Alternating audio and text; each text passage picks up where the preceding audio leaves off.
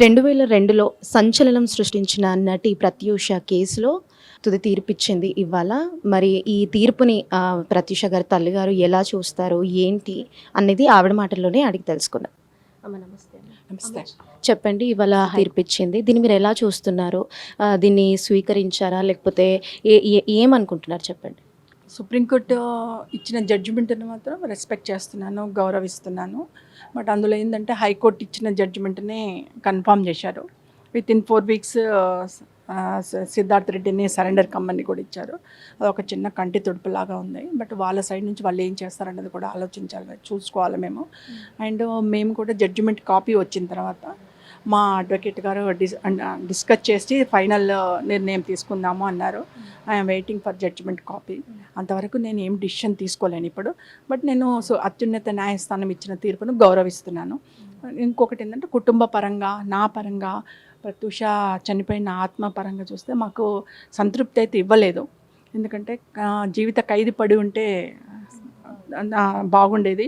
ఎందుకంటే ఒక అమ్మాయి ప్రాణం పోయింది ఇక్కడ, ఒక అమ్మాయి అత్యాచారం చేయబడ్డది, ఒక అమ్మాయి హత్య చేయబడ్డది. సో కోర్టులు ఏది చెప్పినా ఒక తల్లి మానసిక బాధ, నేను తెలుసుకున్న నిజాలు, నేను పడిన కష్టం, 26 ఏళ్లలో నేను పడిన కష్టం ఆధారంగానే చెప్తున్నాను. నా కూతురు ఆత్మహత్య చేసుకునేంత పిరికిది కాదు, ఆత్మహత్య చేసుకోలేదు. నా కూతుర్ని అత్యాచారం చేశారు, నా కూతుర్ని చంపారని చెప్పేసి ఈ రోజుకి కానీ నేను చనిపోయే పరిస్థితి వరకు కూడా ఇదే చెప్తాను. అయితే అమ్మ అసలు చెప్పండి, తను చనిపోయే రోజు, దాని ముందు రోజు అసలు ఏం జరిగింది?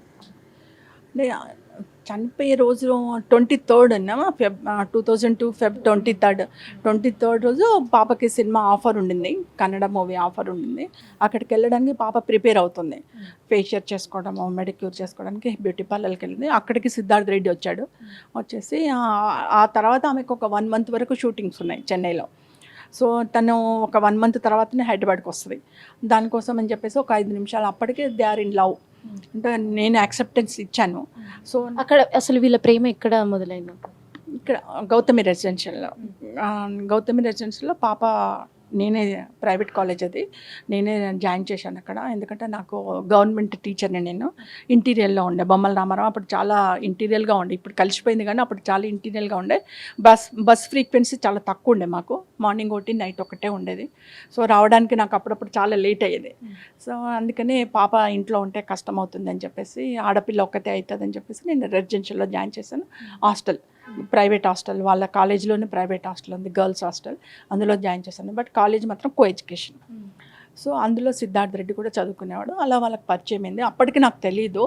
బట్ పాప కొద్దిగా ఎస్టాబ్లిష్ అయిన తర్వాత నాకు చెప్పింది, అమ్మ ఈ విధంగా సిద్ధార్థ్ రెడ్డి అంటే నాకు ఇష్టం అంటే. అక్కడికి అన్నాను, చూడమ్మా ఇప్పుడు నువ్వు అప్కమింగ్లో ఉన్నావు, ఎట్లా అంటే, లేదమ్మా నేను సెట్ అయినాకనే చేసుకుంటాను అది ఇది అని చెప్తే, సరేలే ముందు నువ్వు సెట్గా, ఆయన ఎడ్యుకేషన్ కూడా చాలా తక్కువగా ఉంది, ఇప్పుడే చదువుతున్నాడు కాబట్టి ఆయన కూడా చదువుకొని నువ్వు కూడా మంచి హీరోయిన్గా మనీ ఎర్న్ చేసుకున్న తర్వాత మ్యారేజ్ చేసుకుందరు.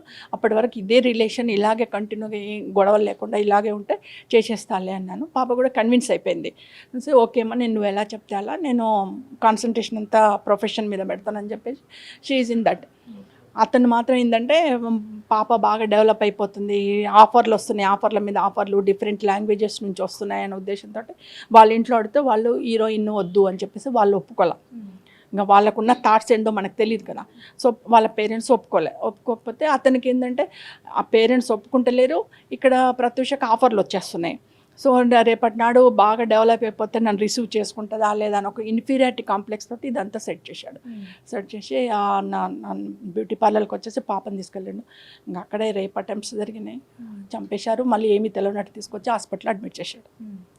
అయితే అమ్మ, ఈ 26 ఏళ్ల ఈ మీ పోరాట ప్రయాణంలో థ్రెటనింగ్ కాల్స్ ఏమైనా వచ్చాయా ఎవరి దగ్గర నుంచి? స్టార్టింగ్లో వచ్చాయి.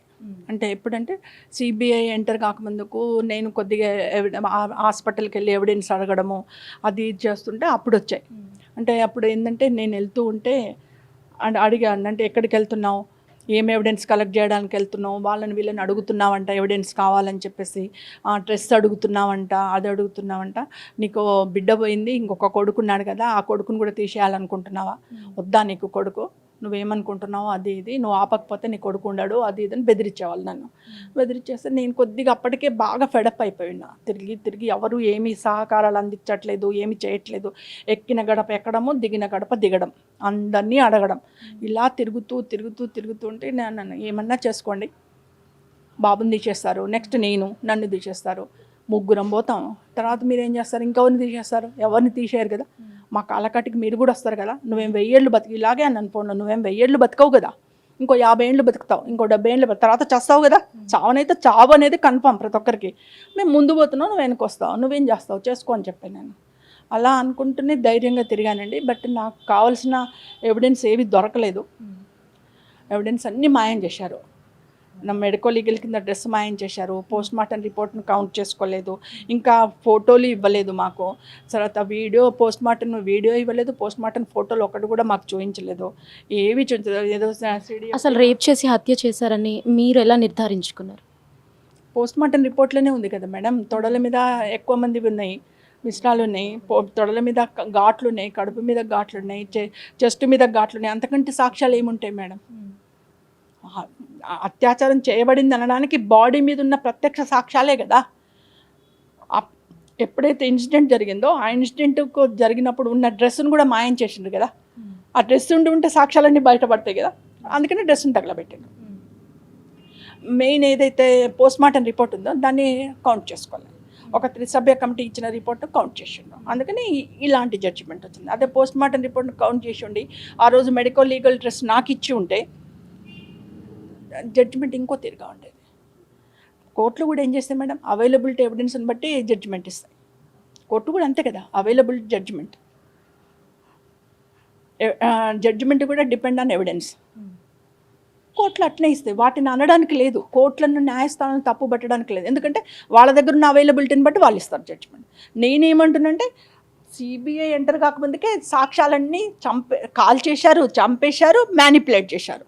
ఇంకా నాకు ఎక్కడ న్యాయం దొరుకుతుంది? అరణ్య రోదన నేను అందరికీ చెప్పిన, ఎవరికి స్టేట్మెంట్ ఇచ్చినా అరణ్య రోదన, ఎవిడెన్స్ అంటారు. ఎవిడెన్స్ అన్నీ వాళ్ళ దగ్గర ఉన్నాయి, వాళ్ళు మాయం చేసిండ్రు. ఇంకా నేను ఎక్కడి నుంచి తెచ్చేదండి? అది జరిగింది సార్. మీ పోరాటం ఇప్పటి నుంచి ఇక్కడికి ఆపేస్తారా, లేకపోతే ఫర్దర్గా ఇంకేమైనా స్టెప్స్ తీసుకుంటారు? అంటే ఇక్కడ మార్నింగే జడ్జిమెంట్ వచ్చింది కదా మేడం, దాని జడ్జిమెంట్ కాపీ రావాలి. జడ్జిమెంట్ కాపీ వచ్చిన తర్వాత మా అడ్వకేట్ తోటి డిస్కస్ చేసిన తర్వాత చెప్తాను. ఇంకా మేమేం డిసిషన్ తీసుకోలేదు ఇప్పటికీ. జడ్జిమెంట్లో ఇంకా చాలా ఉంటాయి కదా, అవన్నీ చూసుకొని మాట్లాడతాను. Thank you.